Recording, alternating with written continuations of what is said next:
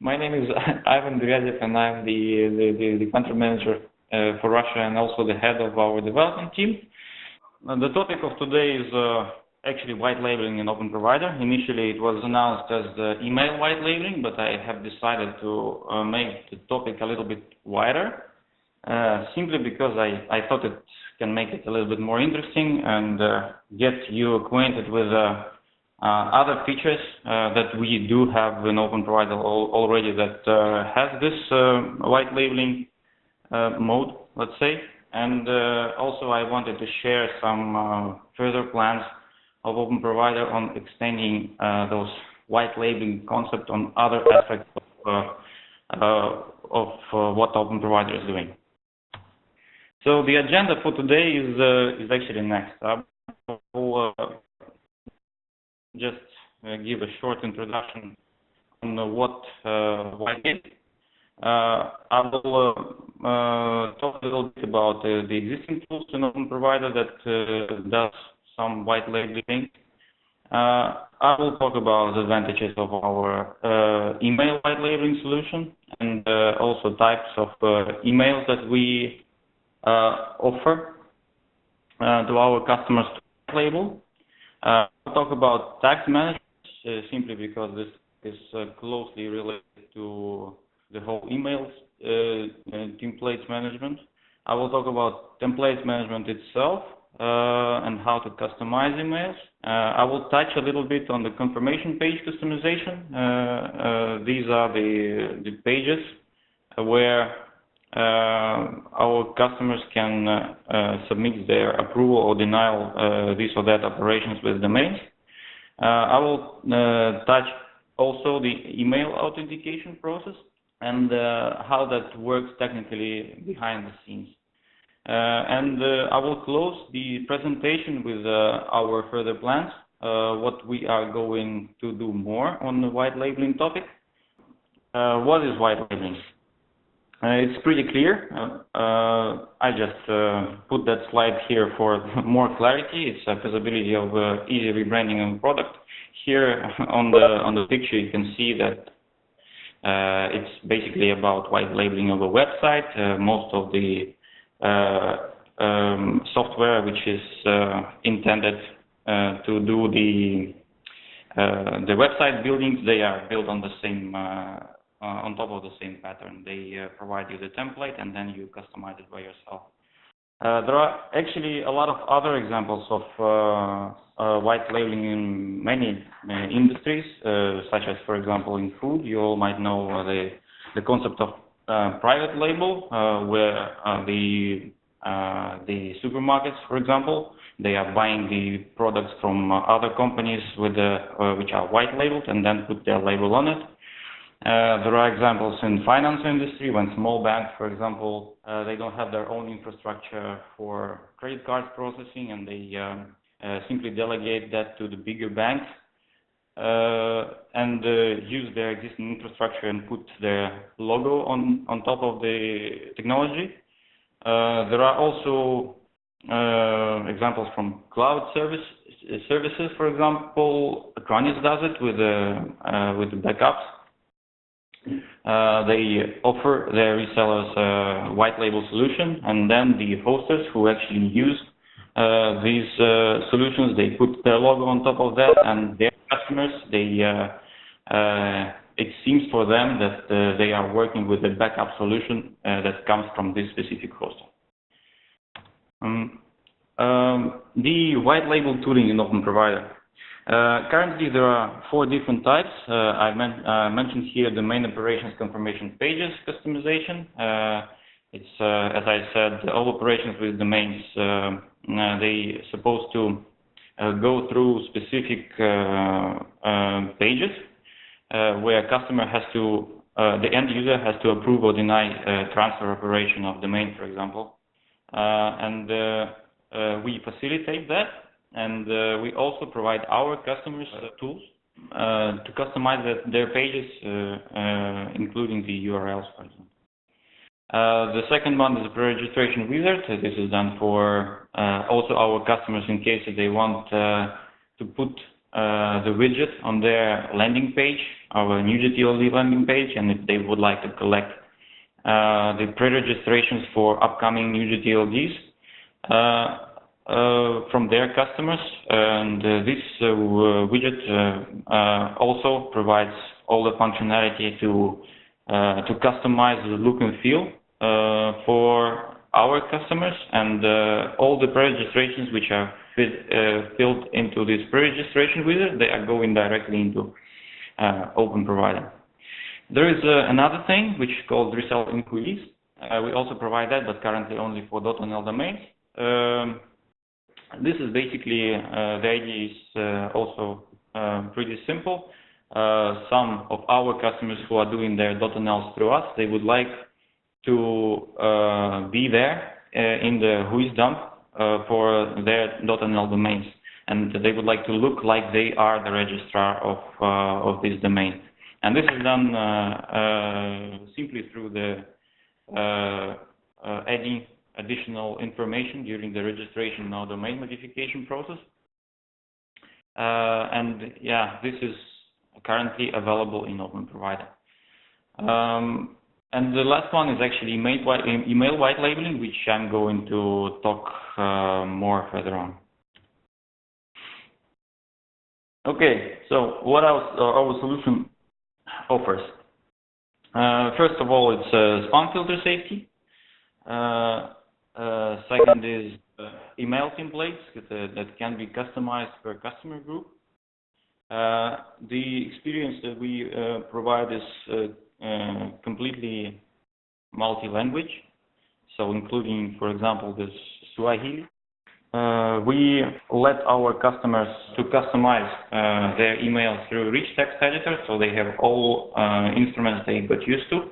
It's a WYSIWYG mode, then when you can simply put your pictures, edit text in almost all possible ways that you have in your Word editor, for example. And the last one is the full ICANN emails coverage. We are ICANN accredited registrar. We have to comply with all the policies and rules that ICANN imposes on us.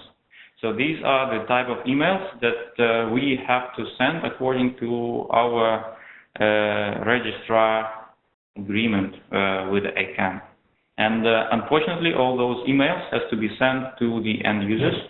Generally, we don't handle end users at all.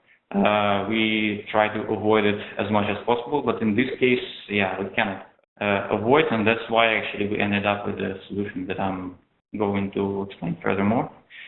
The exceptions when we have to talk to end users are the abuse cases, if cases of non-responsive reseller or other maybe legal issues, legal scenarios, even though in that cases we are trying to follow it up through our resellers, and only in cases that doesn't work, then we go directly to the end user. Also, makes sense to mention here that the for emails, we did that even before that functionality has been released end of the year. So we could customize it even before, but right now we actually integrated the customization of for emails into this bigger framework of proper management of email customization. The last one here is the registrant change confirmation emails. It's not yet required. It will be required in end of summer 2016, and here we are fully prepared. Once it will be required, we will be there. So I'll continue with tags management. So basically, what tags are and how they are linked with the context of email white labeling. So basically, tags they are required to mark your customer base and split them into groups. So here on the picture, you can see there are three, let's say, legal entities, among which I would like to split my customer base. So here they are like red, blue, and yellow ones, grouped by legal entities. Yeah, this is how it is done in Openprovider in PHP. So this is how you can create customer groups. Basically, you need to create it and create it on a tag key customer, and basically that's it. It is done in the sets on your own in the account, in your RTP account. So here you can see that there are two customer tags that have been created: it's reseller A and reseller B. In customer management, it is possible to assign a specific customer to specific tags. So here, actually, this is the screenshot of our customer modification page, and this is how actually the tag is being assigned to a specific customer. Then once the tag is assigned, you just simply need to click modify, and that's it. Also, that kind of tag assignment can be done through API, so it's pretty easy to build this tag assignment to assign them through API in the bulk mode. Here we are in the templates management. So what it is all about. So here you see the three groups of custom templates, and it works in a pretty simple way, I would say. So, for example, if the customer has assigned reseller A tag and his language is German, he will receive email based on the custom template from the reseller A group and in German language, because such template exists here in the second group. So in case if customer has assigned reseller A tag, but his language is Russian, for example, you can see that there is no such template for Russian language, and in that case, the email will be based on the default template, which is here, Dutch. You see that there is a radio button checked next to Dutch template, which means that all languages other than those that are here in the group, for all customers having other languages, the email will be sent in Dutch language. Also, if customer doesn't have a tag attached, system will look first in the custom templates in the group which doesn't have any tag. Here on the screenshot, this is the first group.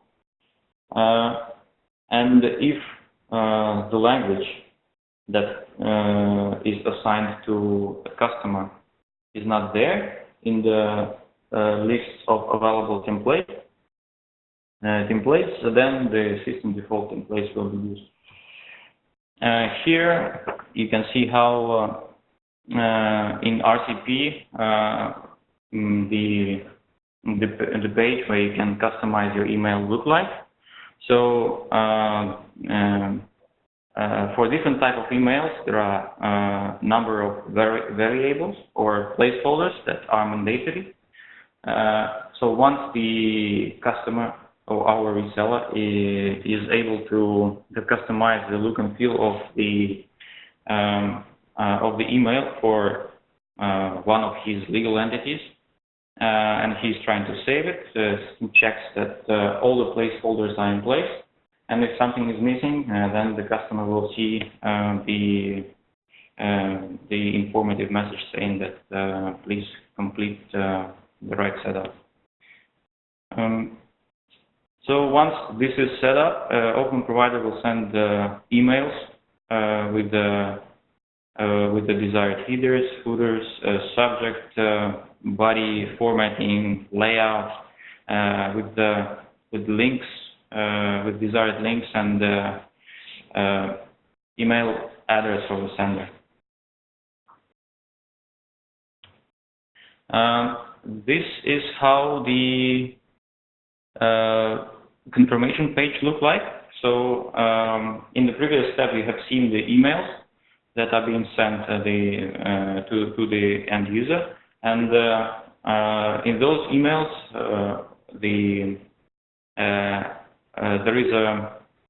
there is always a confirmation link that customer has to click and then to do some action upon that. Once he clicks that link, he is forwarded to that kind of page where he has to choose either he approves the operation or he denies that.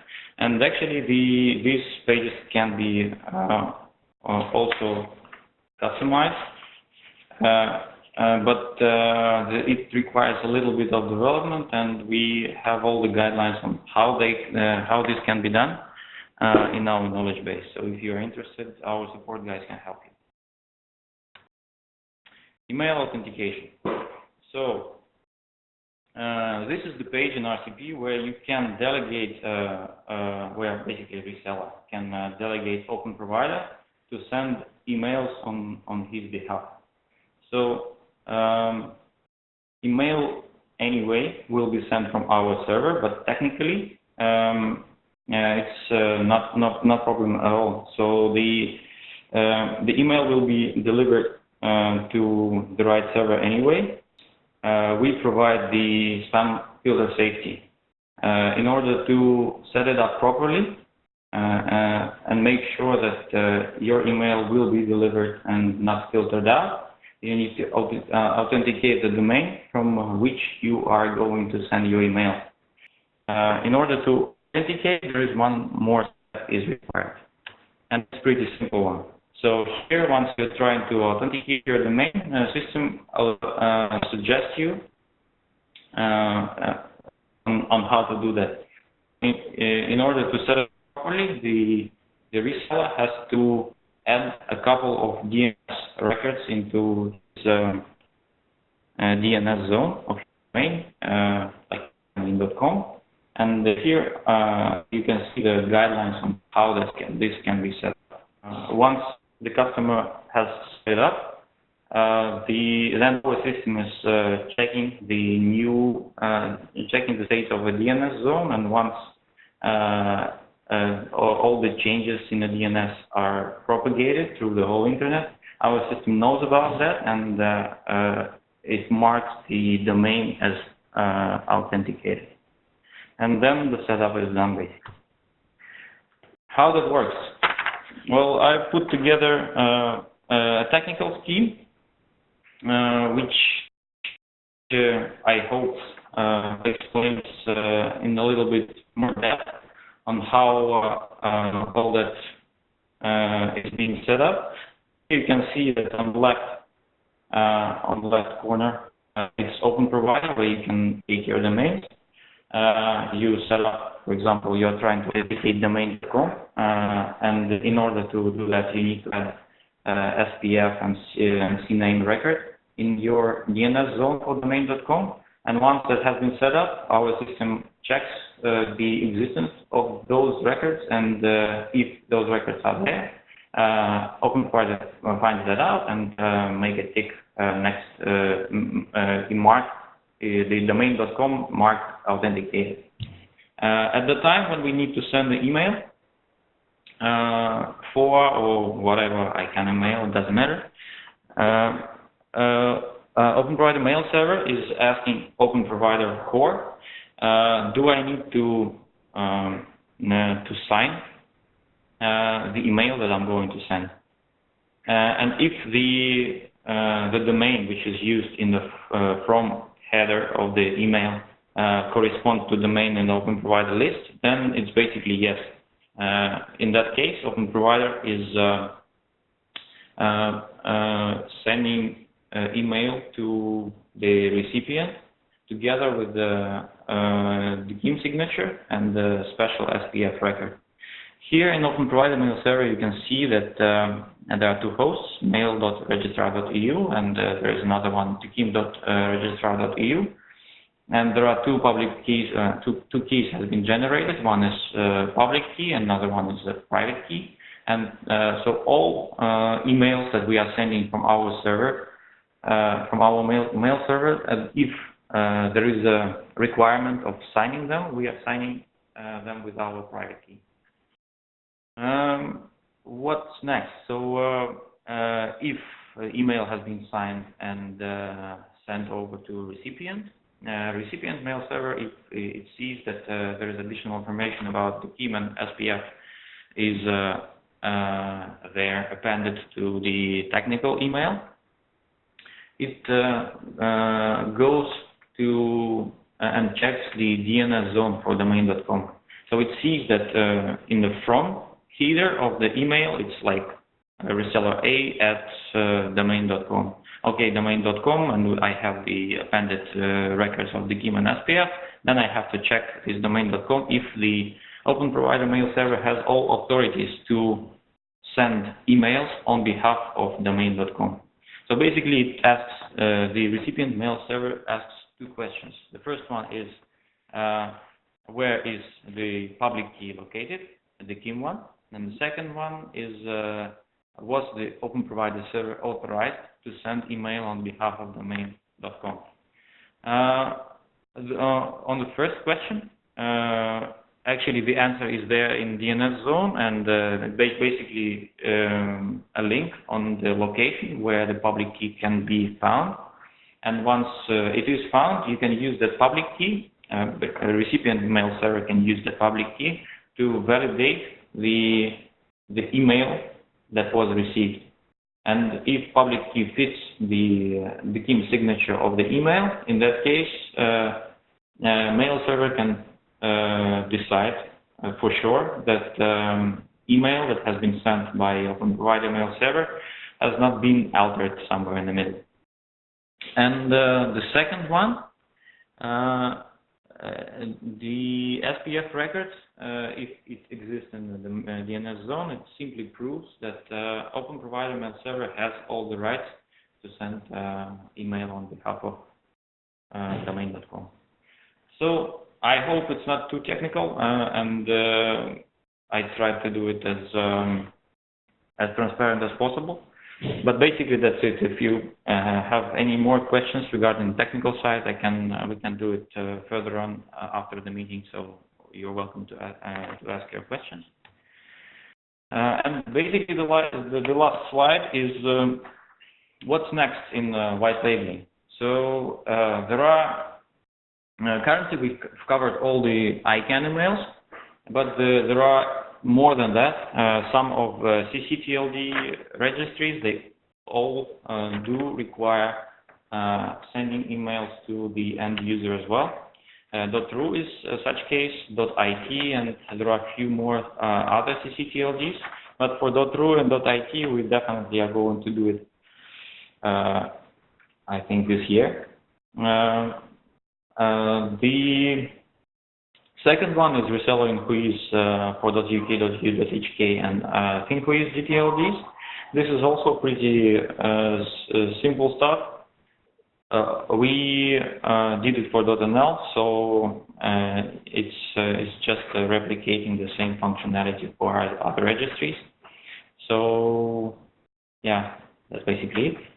We are thinking about white labeling of our check availability service, so our customers can also start benefiting from that, and put those check availability widget in their websites or landing page in case that is required. So that's just an idea that I wanted to share and collect feedback from our customers if there is such necessity and if this is actually interesting. There are a few more tools that we can make widgets as well that can be easily integrated on our customers' website, like IDN conversion, like SSL decoder and generator, like SSL checker tool. So that's also something that is required first, the collection of feedbacks from our customers and checking out if there is any demand. And the last one is actually the long-term one, which we are starting to think about, is a white label retail shop, which would simplify much more for our potential customers to start selling right away if we are able to deliver it in the way then that it's just installation and customization, and then you're ready to go integrated with Openprovider. You just put it on a specific domain name, and you're ready to go to sell domains and SSLs. That would be actually the perfect future. But again, we need to understand that there is a demand in the market for that before we invest in that. That's it. I hope that the presentation was useful. Yeah, thank you guys.